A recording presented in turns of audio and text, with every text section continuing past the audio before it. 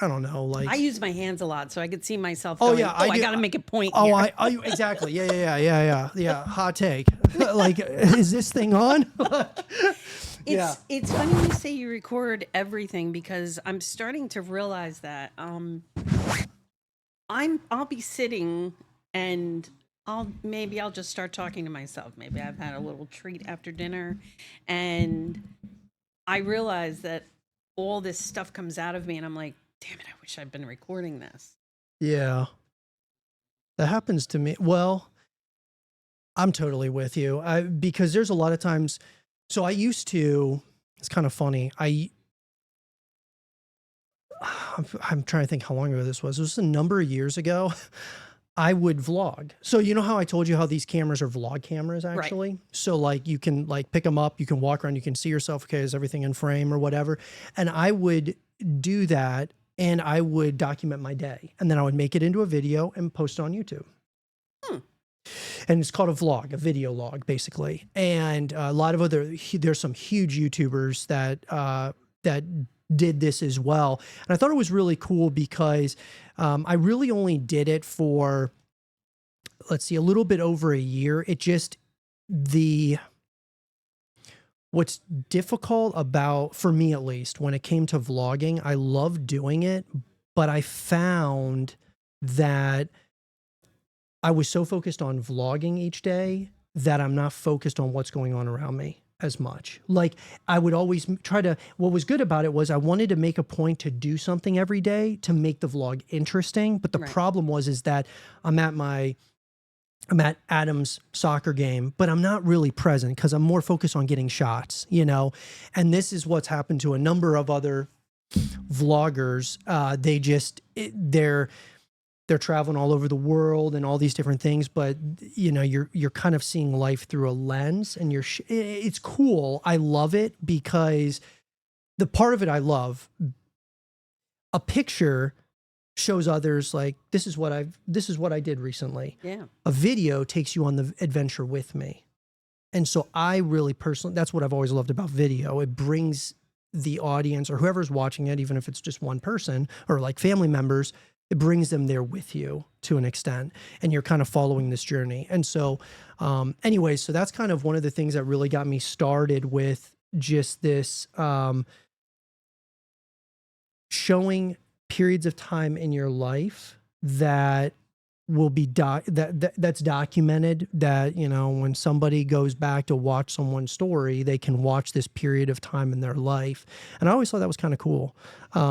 But anyways, yeah, so like with Zero Dark, one of the things I've been working on putting together, and it's complicated because, well, for a number of reasons, but I want to do like a kind of documentary mini series almost on like kind of like how it started, how we're like just things that are going on a day-to-day basis, you know, and interview people who like kids, adults that are, you know, into this whole thing. And just, I felt that it was very important that Zero Dark, according to what I've heard, it's the first gaming cafe ever in Bluffton's history. And so I felt that it was very important that if it is truly that it gets documented, that whatever happens, Becky, whatever happens,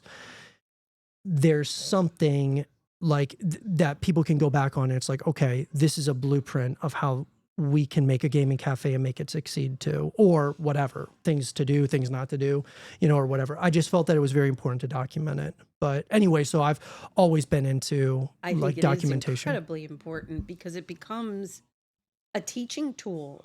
That's what the purpose of a documentary is. You're documenting this so people can see and learn or not learn or whatever, but it's recorded history in a time where we didn't have that and people question it now. Yeah. Where if you're documenting now, there's this proof of life. There's this proof of how this works that can't be denied. It becomes the most objective viewpoint you can ever have. Yeah. I agree. I think it's really important. I'll be honest. I have to stop using that sentence like I speak and I'm not being honest. Um, I told just a couple of people about this place and how excited I was to meet you guys. They had no idea. Yeah. And I'm like, no, we need to get you into. All I did was say to a parent, you had to see this place. It's the safest, greatest place. And they're like, wait a minute, I can drop my kids off and like get work done, and I'm like, yeah. And it's not a daycare. Right. Like they're Right. coming to do something they like. And I thought about it and I said to the parent, I'm like, it's like your kids don't even realize that you need space from them. They're going to do something they like to do. Hmm. And where else can you do that? Yeah.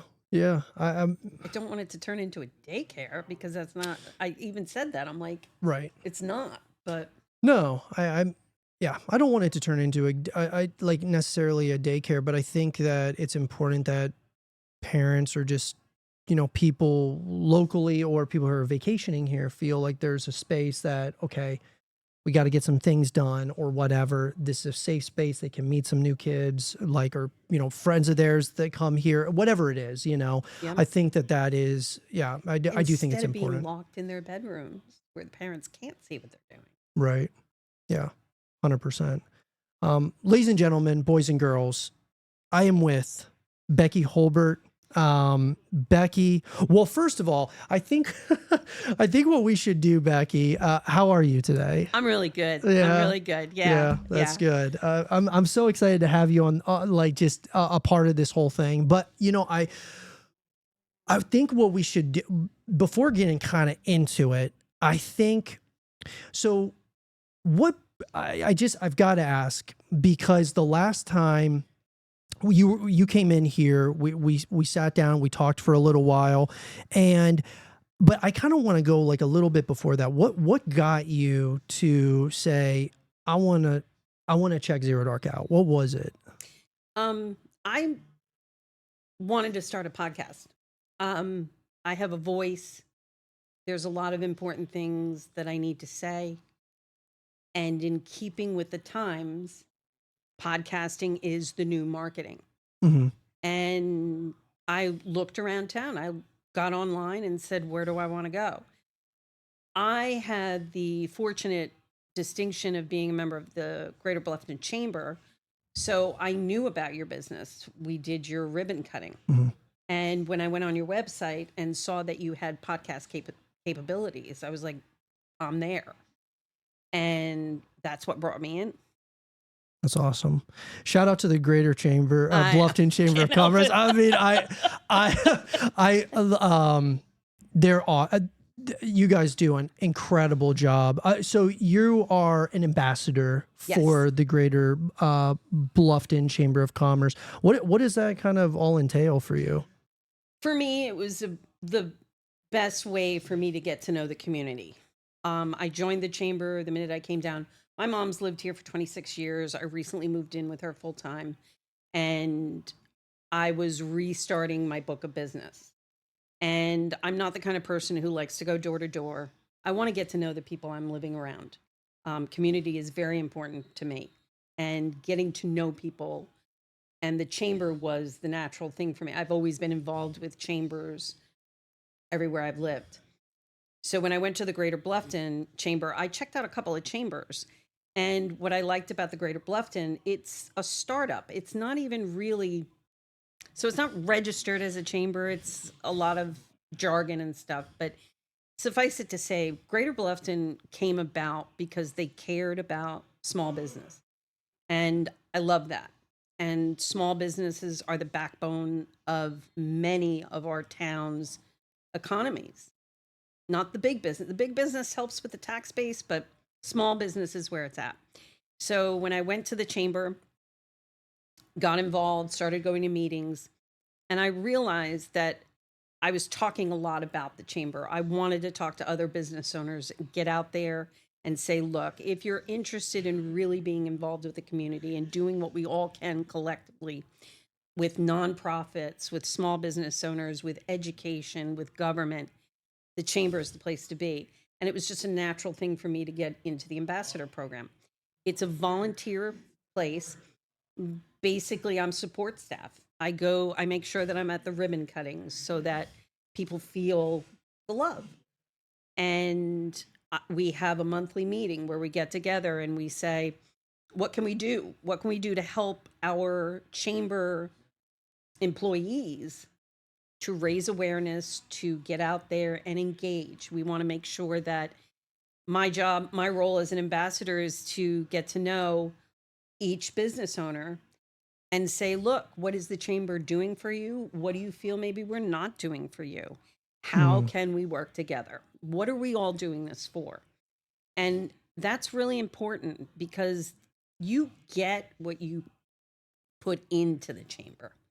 If you just join a chamber or stick a sticker on your door and say, okay, that's it, you're not really understanding what it's about.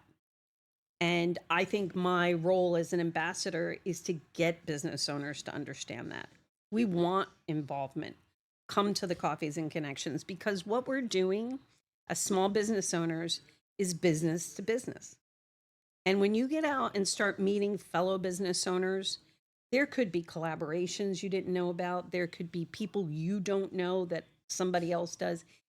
The connection is extremely important.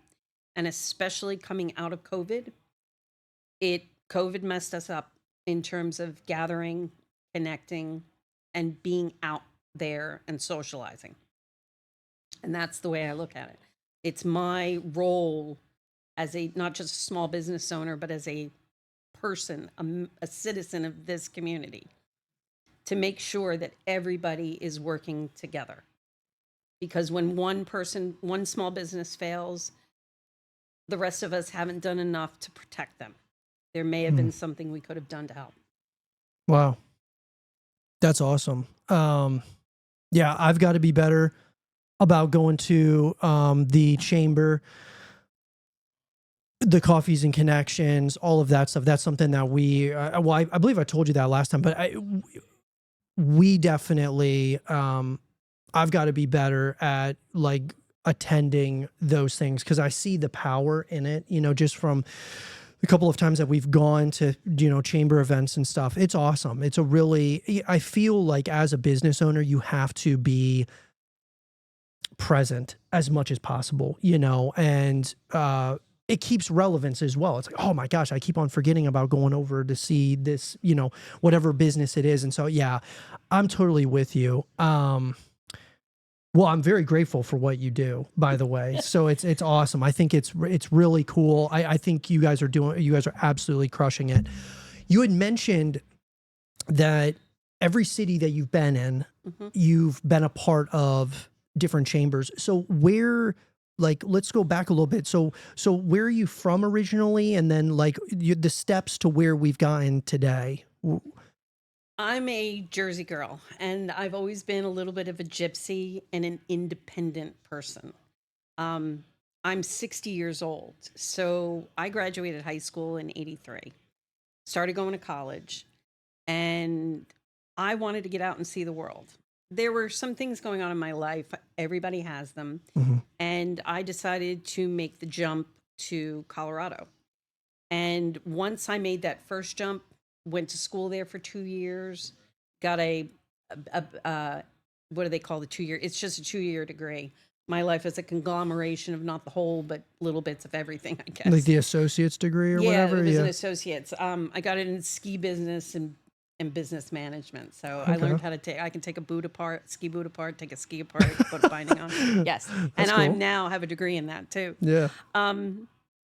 So I got into hospitality. I was a ski instructor and I got into hospitality, event planning, worked on some big projects, some small projects, and got into hotels and as an event planner, but then moved into conference services, so conference planning. And that allowed me to, when I wanted to change jobs, to just call up a headhunter and say, hey, I've gotten a little bored. I want to go someplace new. Because the monotony of reworking the same conventions you get to know a hotel and you're like, I want to move on. Yeah. So that helped my gypsy spirit. So I've been in a couple of different places, um, but from New Jersey. And my mom moved here back in 99. So I've been coming into the area for a long time. I was working in corporate all that time. And because I look at myself as a little bit of a Renaissance woman, but more so staying young by keeping up with what's going on. Life evolves, and I never wanted to evolve past my own knowledge. So I didn't like corporate after a while because it was confining. I tend sometimes to not be a rule follower. The word today is disruptor. And that's what I see myself now as. So when I decided that I didn't want to be confined by corporate life, and because I'm very much aware that I can constantly be evolving, not just with who I am as a person, but in what I do to make money, I decided that entrepreneurial life was worth a shot. And that's when I decided to go take a chance. I took a couple of courses because I don't think that learning should stop at 22. In fact, I think they should have a school that you have to go to when you turn 50 because it's a whole new life. The And world's consistently changing and it is. adapting. Yeah. And, I'm glad that I was in the workforce as long as I was because I was able to keep current with technology. Because the minute I got out of corporate, all of a sudden I had to find the way to learn about technology and so that I could stay current. And yeah, so that's what Wow. brings me to where I am right now. That's yeah, no, that's really well, I mean, it's powerful. I love how you're consistently trying to learn, and that is, I don't know, that is some, for whatever reason, I feel like it's almost slept on by a lot of people, and I love your thought, your mindset of, um you go to school for one thing, and then as you're like going through life, and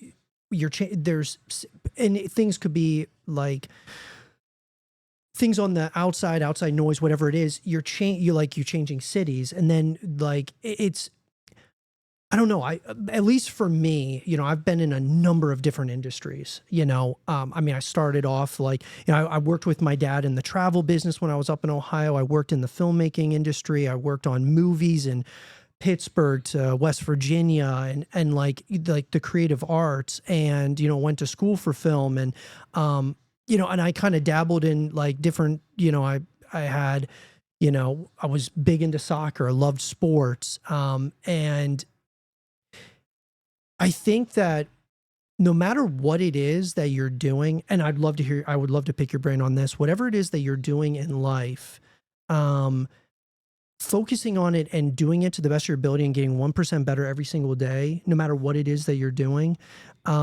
If you get a percentage better every day, you're going to become a monster, a machine, a disruptor, like you're talking about.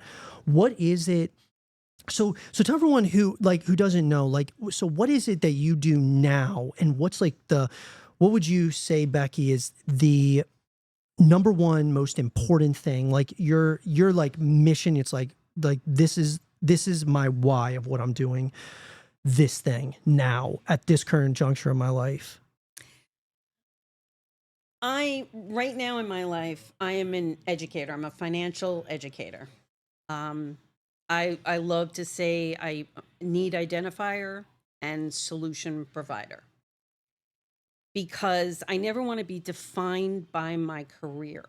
What I want to be defined as is my belief system and my moral compass. And I'm probably jumping ahead because I sometimes lose the questions, but what I am passionate about right now is breaking the systems. I don't see people are people. And right now we're in a point in society where we have a lot of angst, we have a lot of vitriol, there's a lot of fracture. And I want people to come together. And instead of being negative about it, I want to be positive and find the solutions. And I don't think it's people. Like I said, it's not the people, it's the systems. We have so many broken, corrupted, inconsequential systems that, and it's because of opinion. Everybody has a desire to attain status, have their ideas heard. And sometimes those ideas may not be the right one. But you have to know when to say when. If they're not working, then we need to get in and fix the system so that we can get it working again. And what I see, why I'm in financial, is because money is everywhere. It affects everything in our life. And it's not just the tangible things, it's the intangibles, the emotions, your hopes, your dreams, your concepts, your stress. And it starts with education. And I know there's an obligation for people to, it's part of maturity or adulting, is if you haven't been taught something, to go out and learn about it. But we all don't have the bandwidth to do that. I mean, I have a lot of respect for you and your wife, who I love, because you have a family, but yet you've gone out and started this business. And it takes your time. It's your baby. It's the newest baby in your family. But you still have those moral obligations. You and your wife decided to have a family. So dividing your time, it takes a lot. So you don't necessarily have the bandwidth to understand some of the systems that are causing stress or obligation. So as a human, I want to be somebody who's there to say, look, I can bring this education to you. And you don't even have to know a lot. I just want to be able to teach enough and show you truth, objectively, facts, without a slant, so that you can make a better decision. Because when you can control that reality, the stress starts to go away. And not only that, but now you've gained someone in your circle, your energy, that's going to be able to help support you. You get it from your wife, you get it from your kids, you give it to them. But that's going back to the chamber. That's where your community helps to support you. So if I take education under that lens, then I'm doing something fulfilling with my life. It's not just work. It's not just a job. I think that's why I left corporate, because I didn't want my life to be about that. I wanted it to have meaning. I want to have an impact. And I had very good parents. I was lucky, very blessed that way. My mom, strong, independent woman back in the 60s and 70s. We were going through a whole different bag of stuff back then. And my mom bore the weight of that. My dad was a teacher and a coach. And I think that's where I got some of that. And I always want to work as if one's sitting on my shoulder and the other one's on the other shoulder. So that's the impact I want to make. That's what I believe that education is. I just choose one area. Wow. Well, that's awesome. I mean, well, shout out. You know what?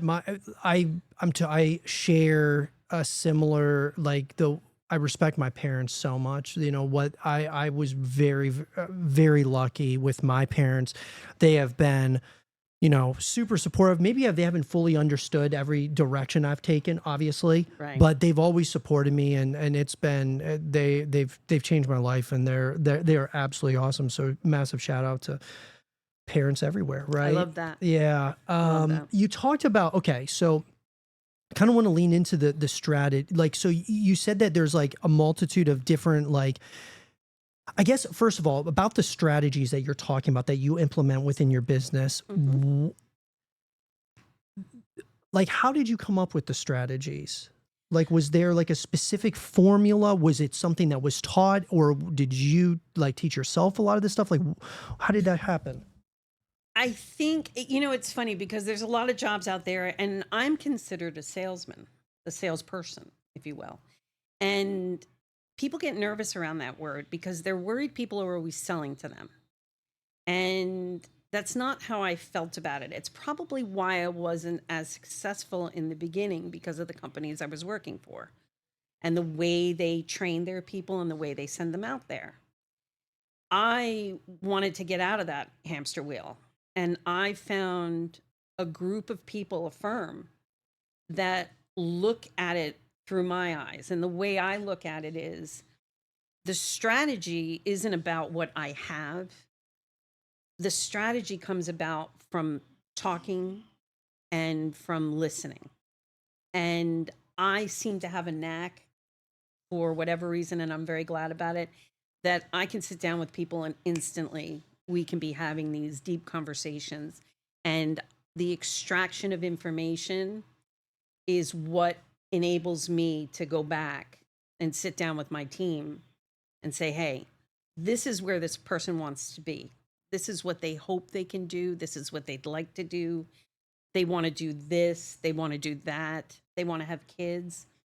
Let's show them how we can put together a strategy that's going to financially give them everything that they want. And if we can't get them everything, at least I've got them on a good road. But that's the glory in what I do, is that it's not just a one hit. This is a relationship. And I may uncover 10 different ways they can go. But all we have to do is take one step. And then life changes, it evolves. So the strategies have to evolve sometimes. There's unfortunate missteps, there's very positive missteps, but you want to make sure that you're helping people to learn instead of just taking them by the hand and saying, okay, don't worry, just give me all your money and we'll take care of it. Because now I've taken the control out of that person's hand, and that person is the person who made all that money. And what's even better is that I've chosen to be in a place in the financial industry where I don't have to lose anybody's money. I work in foundational planning. I work in the safe and secure things. I liken it to building a house. And I always say to people, so what do you start with? And you start with the foundation. You never start with the second floor. You never start with the Right. roof.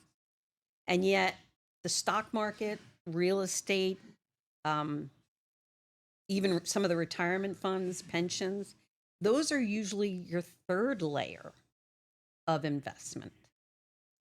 And I want to get the people at the foundation. And if you've already gone up here, great. Let's take a look at what you got down here, shore it up, and continue what you're doing.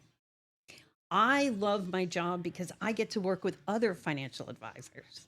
If Because I don't do everything they do. Hmm. They don't do everything I do. And I also came into this because there's a disruptive thing happening in the life insurance industry. And everybody hates life insurance.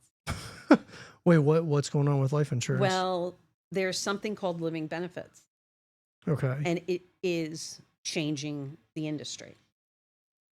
Only 6% of the population even know about them, which will go to show you how many people actually have it in place.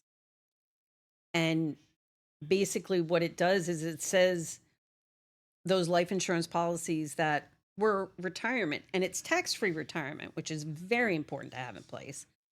But you have that, or maybe you just have the in case something happens to me. You're a Mm. young dad. You've got this business. I would hope you've got a term policy on that covers in case you pass. Mhm. Well, now I'm looking at business owners and going, you have something in place that if you get sick and survive cancer, heart attack, any of those critical chronic situations, now you're able to use that policy. You can gain access up to 85% of the cash value of that policy. Really? Yes. What?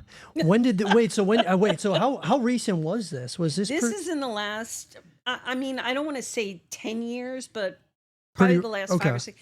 And not every company is doing it. In fact, our firm, Okay. we don't work with companies that don't do it.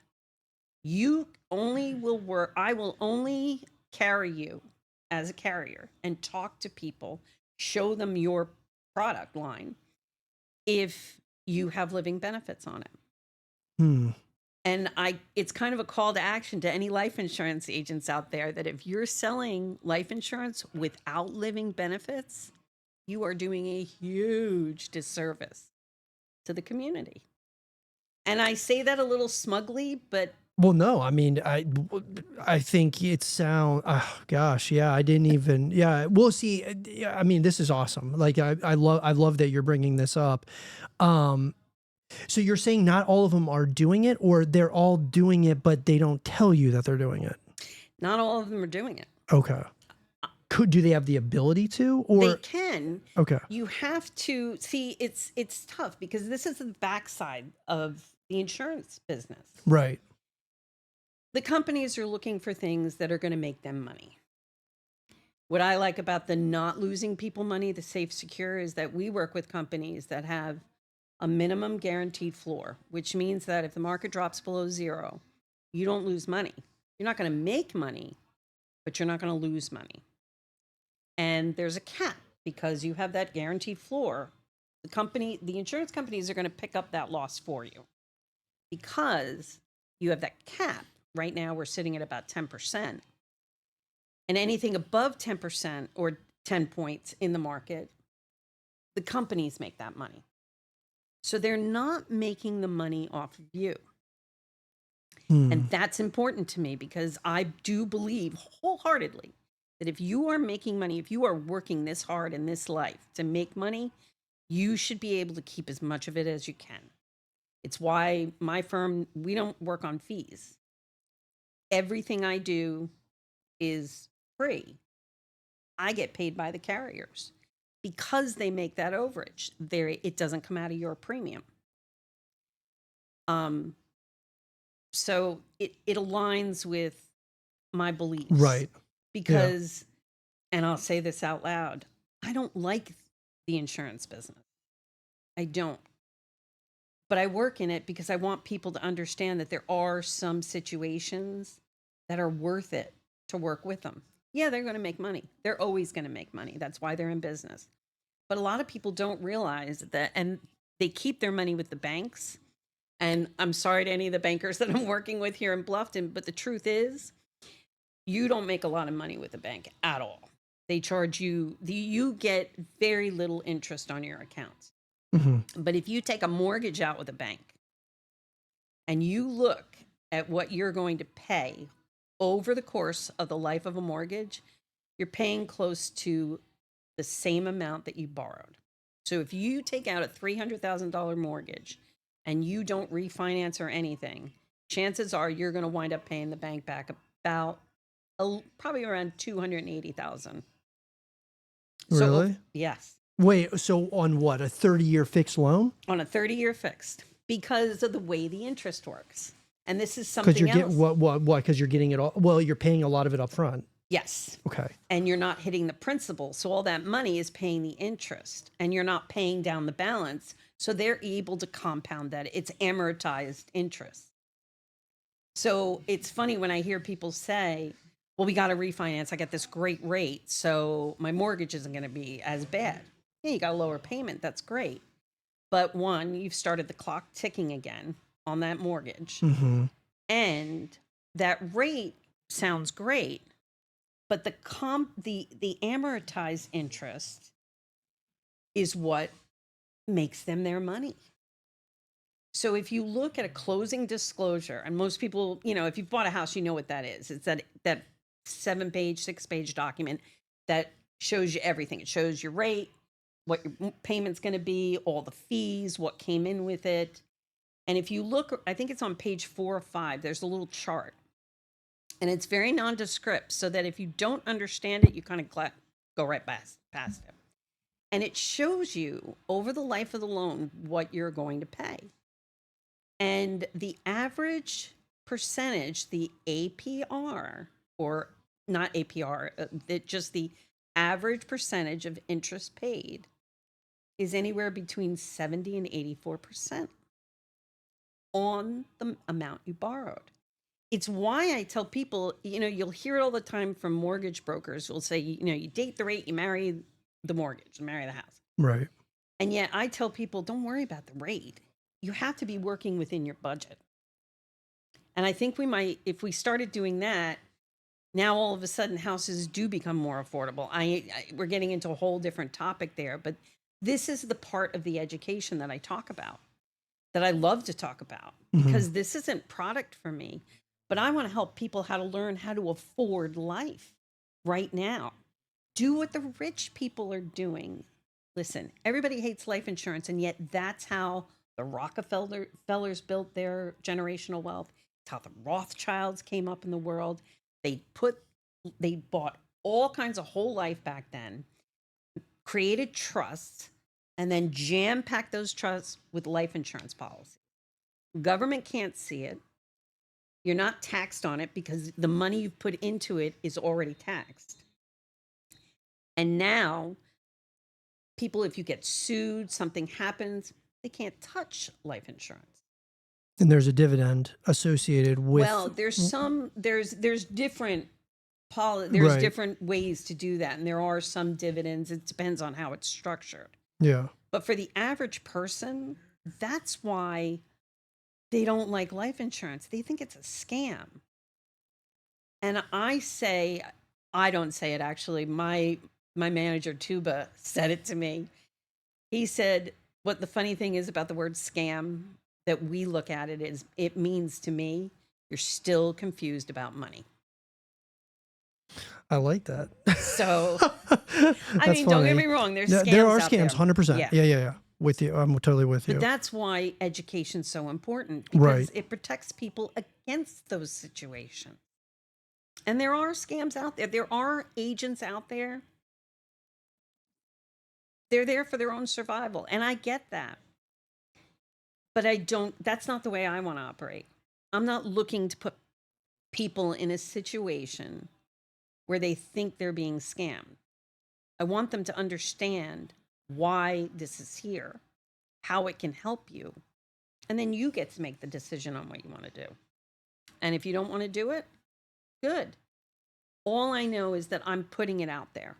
And if somebody wants to come talk to me about it, my favorite thing to do with small business owners is to just go in.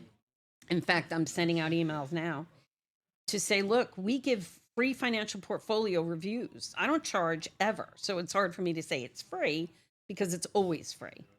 And all I want to do is come in and sit, tell me your story. What do you got in place? And let us break it down.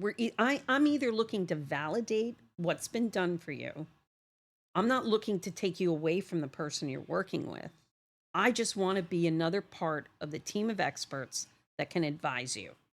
And if we see gaps, I can say, look, this is a gap I see. This might be a good option, but it's up to you what you want to do. Wow. Yeah, no, that's awesome. One of the, you went over so much. I know, I'm it's so sorry. much. No. It's all, this is awesome I knowledge. get too passionate about No, it. I'm super, I'm right with you, Becky. I mean, I get really passionate too, but let me ask you this. What would you say would you say the biggest struggle for you right now is the education part of it, or just like trying to get people to understand right now that these, what we're talking about right now, are real things that are happening. What's probably the biggest struggle right now? That is the biggest. I the biggest struggle is, you know what? I'm going to be real honest. My biggest struggle is that I worry I'm pushing people, that by being passionate or saying, look, you not understanding that this is important. I struggle with people who say, yeah, I'm okay, because we're not okay. And I know that. And I don't know how to communicate to people, look, I'm not trying to sell you. I need to make you aware.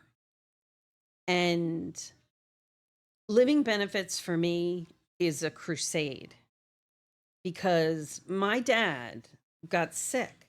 He had a condition all his life called AVM, arterial venal mass. And he had a procedure done that caused a medical stroke on the table. And it sped up his illnesses. And within 2 years, he passed. So I watched my mom, who adored her husband, and this happened when he was 52. Mm. So all of a sudden, he can't work, which means that all the retirement accounts and stuff that he was feeding, because he said, I've got things in place, but he wasn't going to get to retirement age with the company. He had to retire. He had to take an early retirement.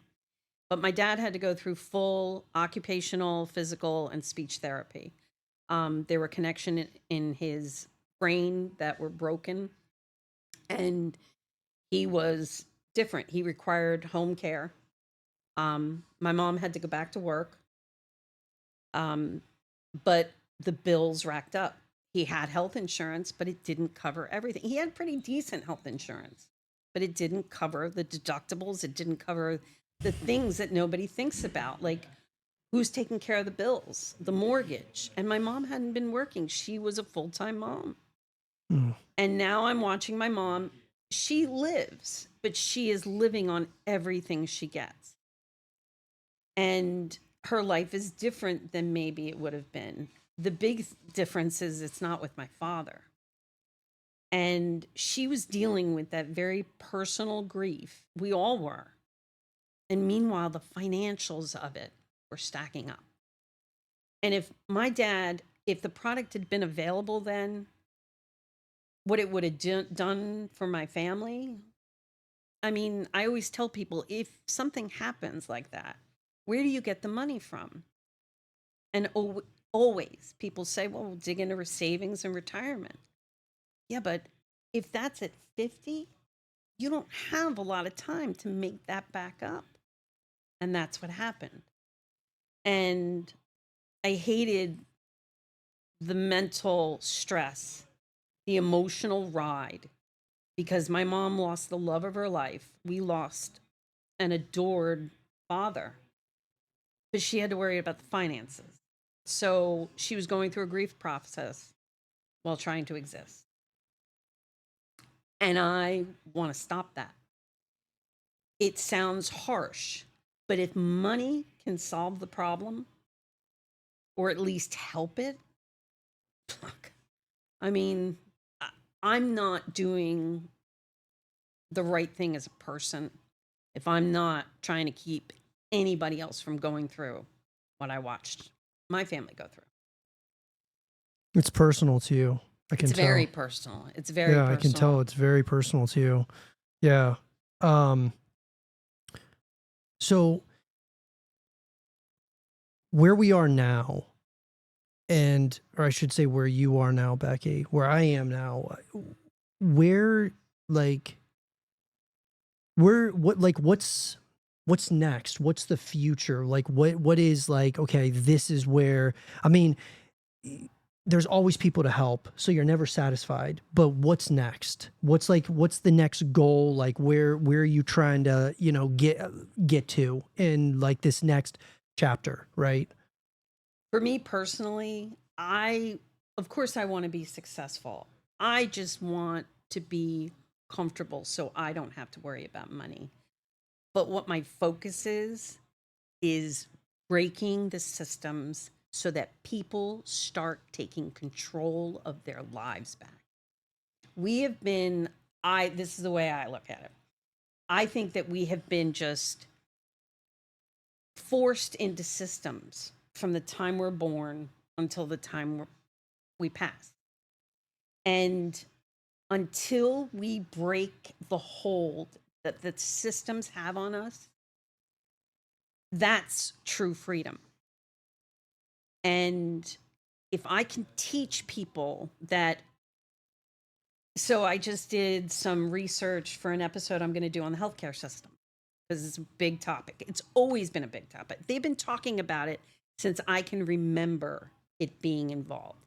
And it makes me very angry. The wanting to swear right now is an easy way for me to talk. Yeah.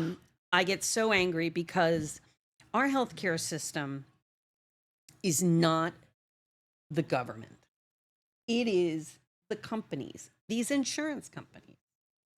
They are not doing a thing to fix it.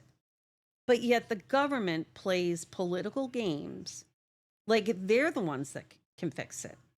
When they're being paid, their campaign chests are being paid by these companies. So who's really doing anything? It's a lot of empty BS. Mm-hmm. The real change comes from understanding, I've been looking into it, concierge services. And people are like, oh, the cost, it's not insurance.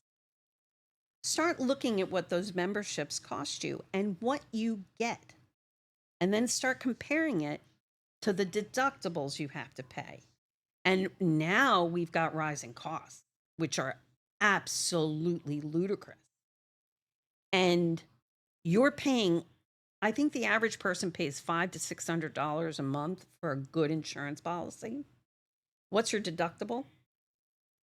What does it cover?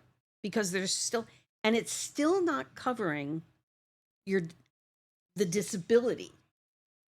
If you can't go to work, who's paying for that? Well, then you have long-term disability. You have long-term, short-term disability, which is crock of shit. Yeah. And then you start looking at the long-term healthcare system. That's a crock of shit too. I'm telling you right now, living benefits, I can insure people well into their 70s.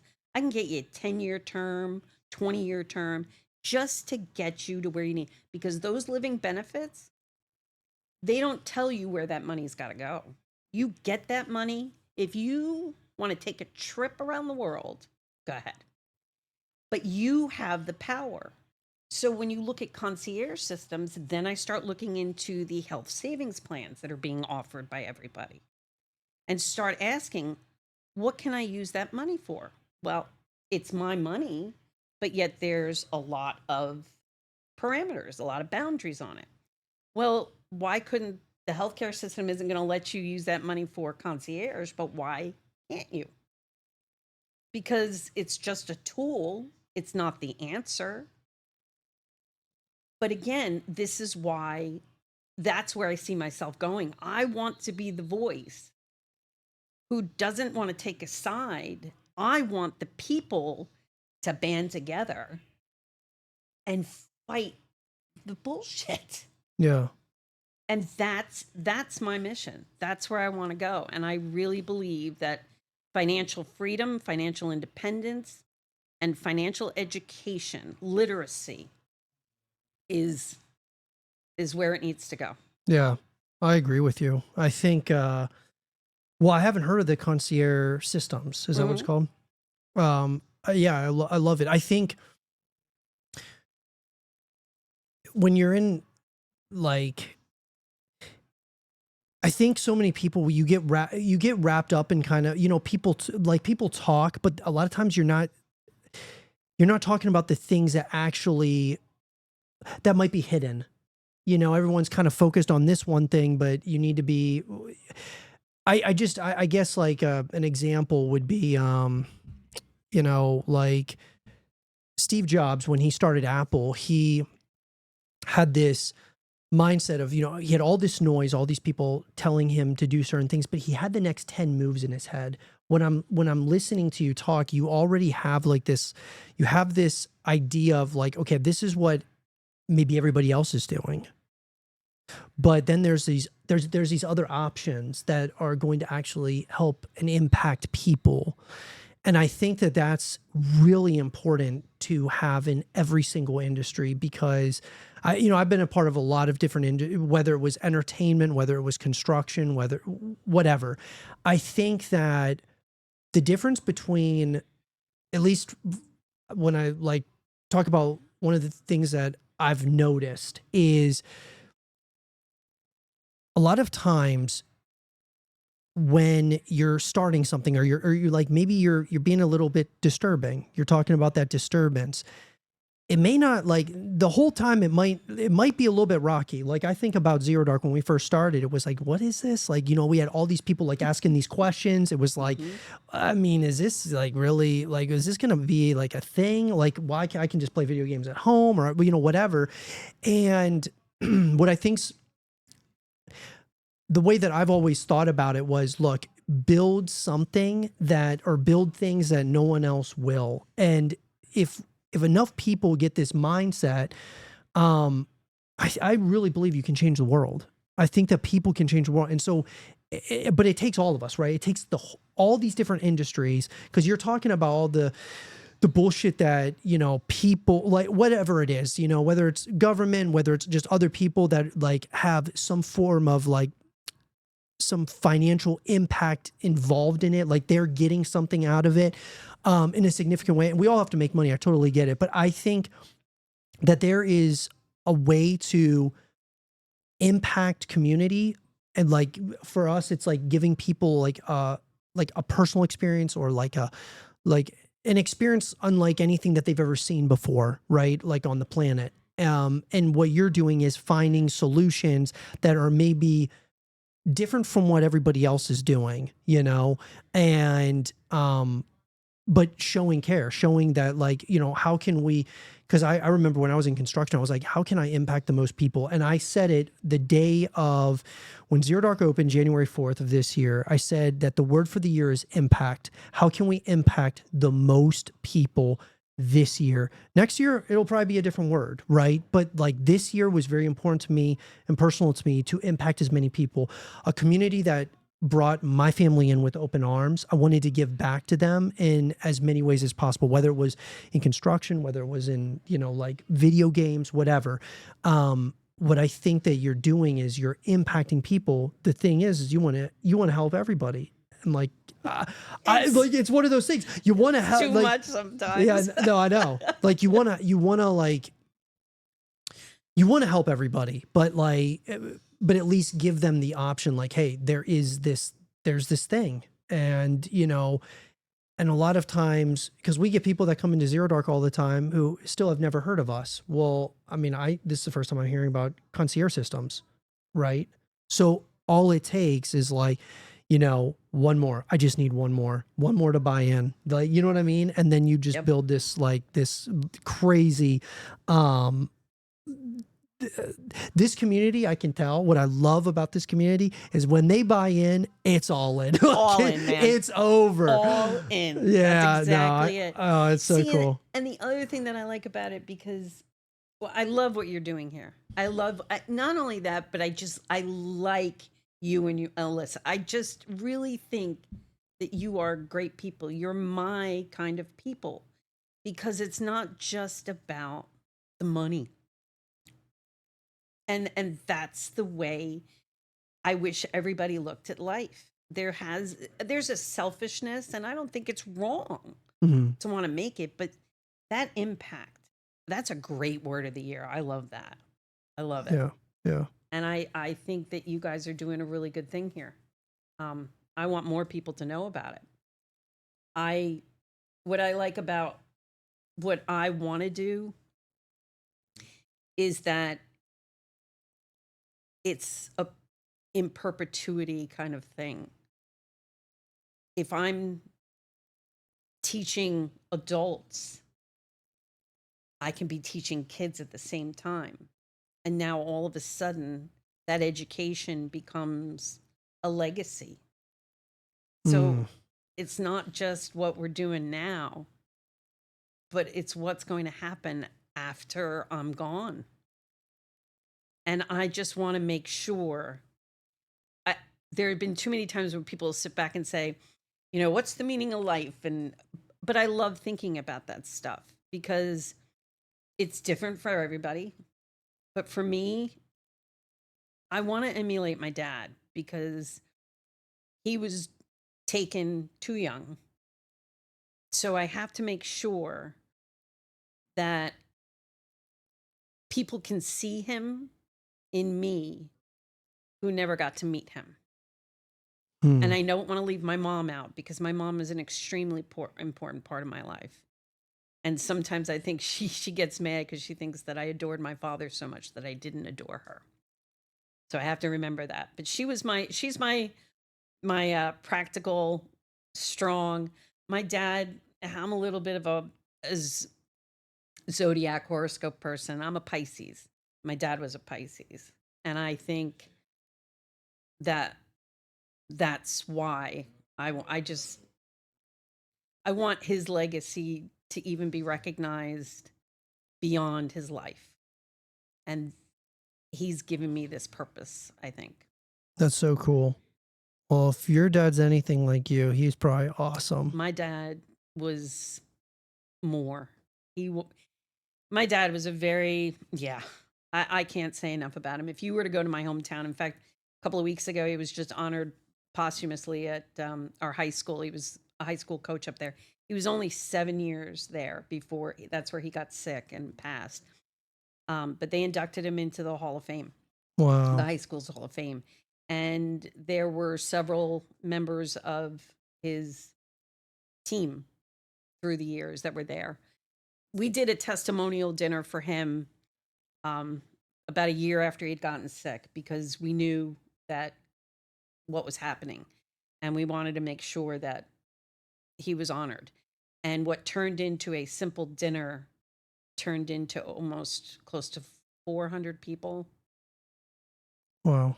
So, yeah, they're big shoes. I don't try to fill them, but I've made a lot of mistakes in my life. I've done things that I know he would be very mad at me about and that I'm not too proud of what I've done.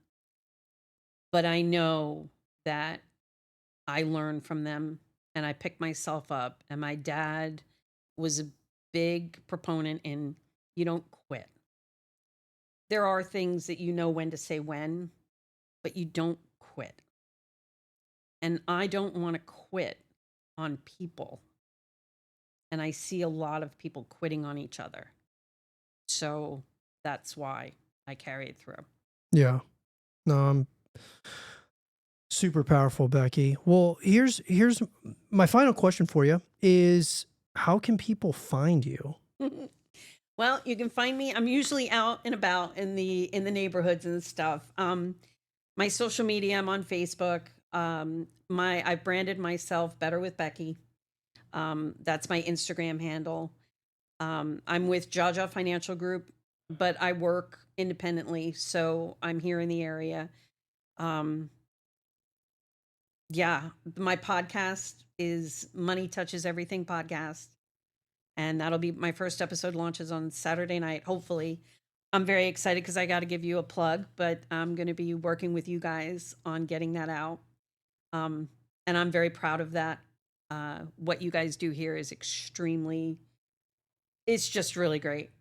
It is something I've never seen before.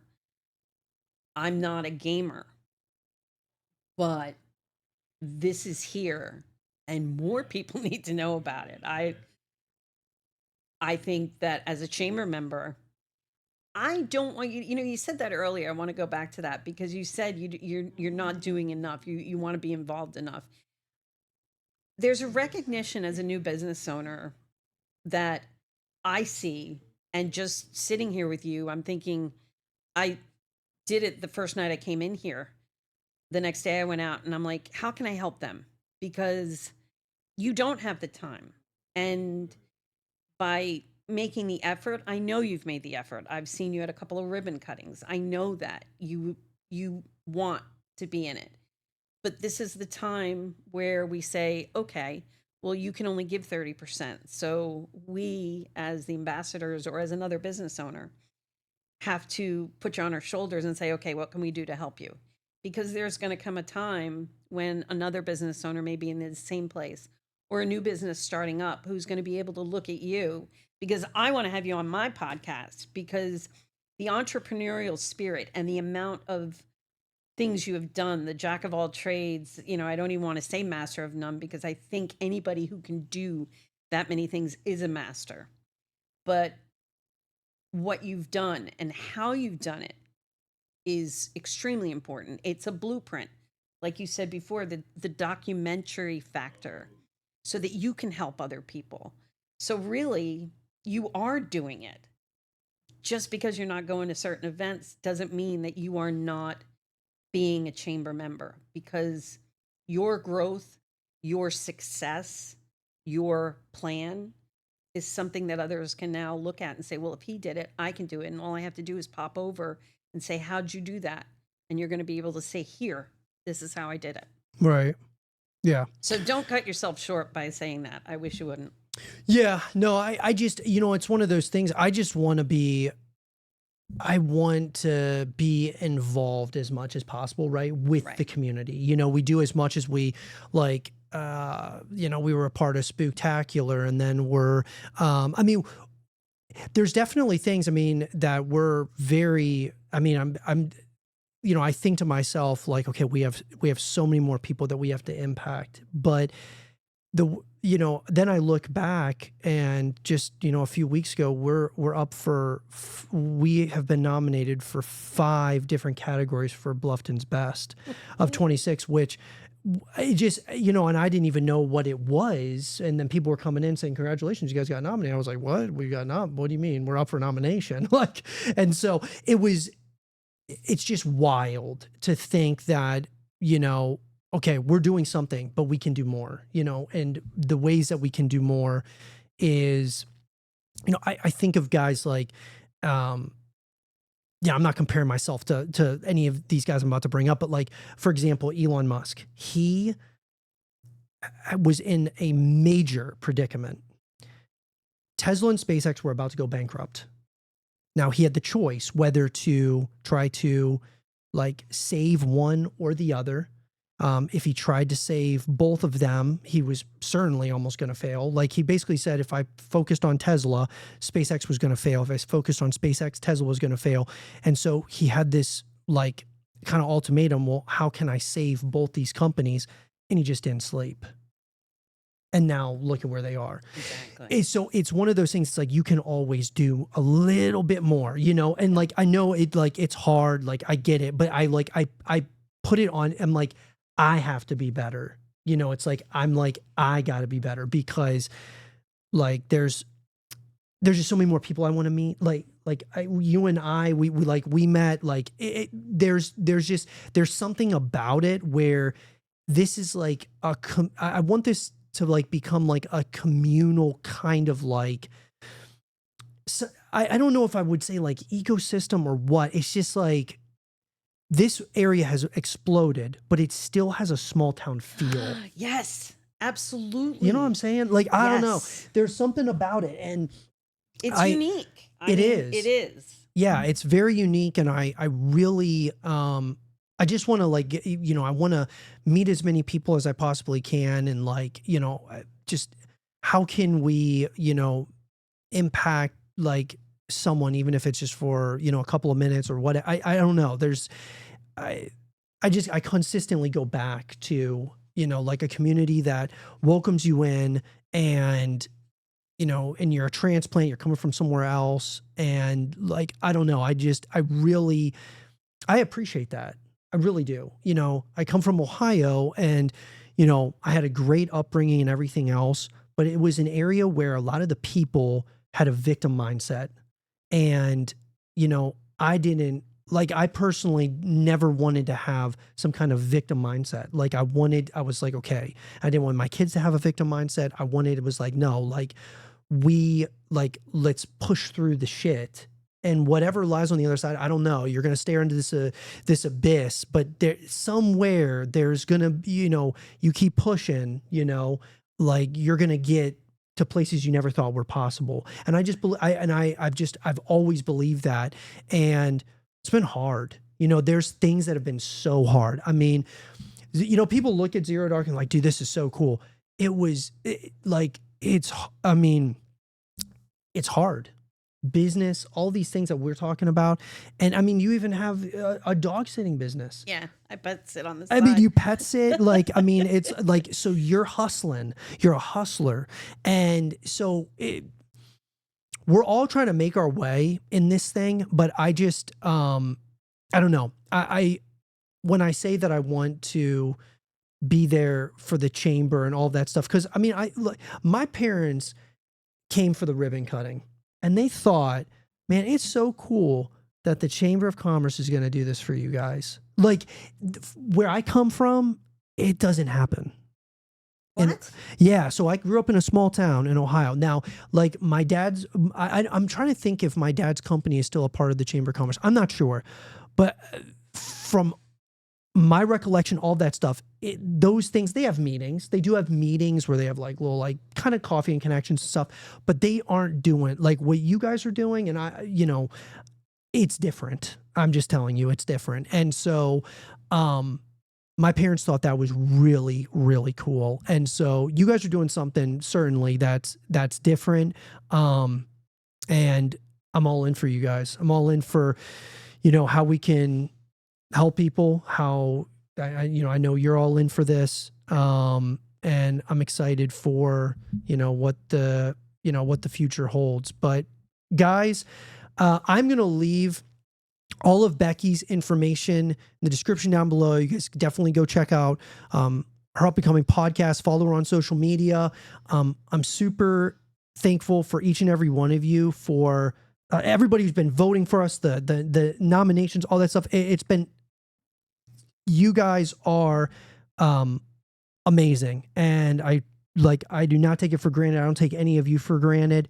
Becky, do you have any last things you wanted to say before we wrap it up? Vote for Zero Dark. I think that it's not just your business that needs the kudos, but I think it's you guys that need the kudos, because this has you in it. And you guys are awesome. And what you're going to do is going to be even more awesome. And I'm just so glad I'm along for the ride. That's awesome, Becky. No, I really, really appreciate you. Well, guys, if you guys enjoyed it, make sure that you leave a thumbs up, subscribe if you're new, stay positive, just keep grinding. And as always, I'll see you guys all in the next one. Peace out.